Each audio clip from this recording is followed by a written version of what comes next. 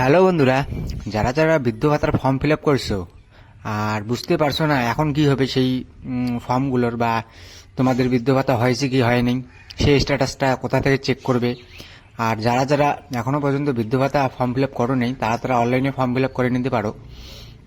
তো আজকে আমি দেখাবো যে বৃদ্ধ ভাতার ফর্মটা কোথা থেকে চেক করবে। তো এখানে সমর্থ বলে একটা অপশন রয়েছে, সমর্থ.wb.gov.in, এই অপশানে ক্লিক করবে। ক্লিক করার পরে নিচে একটা লিঙ্ক দেখতে পারবে, সেখানে ক্লিক করবে।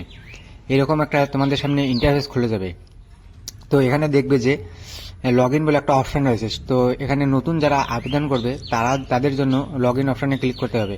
আর যারা যারা আবেদন করেছো তারা তারা অ্যাপ্লিকেশন মানে ট্র্যাক অ্যাপ্লিকেশন বলে একটা অপশান রয়েছে, সেই অপশানে ক্লিক করার পরে এরকম একটা নতুন ইন্টারফেস খুলে যাবে।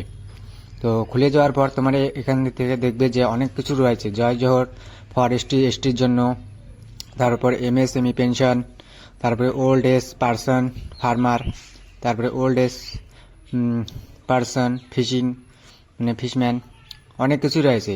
এর মধ্যে দেখবে যে একটা WCDL ওল্ড এজ পারসন, তো যারা যারা বৃদ্ধ ভাতা, আর বিধবা ভাতা হলে নিচেরটা WCD।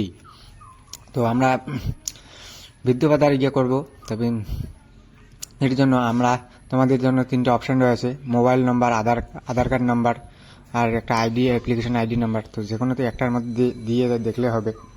তো আমি আধার কার্ড নাম্বার দিয়ে দেখব। তো এখানে আধার কার্ড নাম্বার পুরোটা বসাতে হবে। আধার কার্ড নাম্বার পুরোটা বসানোর পর এখানে নিচে একটা ক্যাপচার রয়েছে, সেই ক্যাপচারটা সুন্দর করে ভালো করে ফিল আপ করে দিতে হবে। ক্যাপচারটা বসানোর পরে নিচে চেক অপশান বলে একটা অপশান রয়েছে, সেই চেক অপশানে ক্লিক করার পরে তোমাদের সামনে একটা নতুন ইন্টারফেস খুলে যাবে। যারা যারা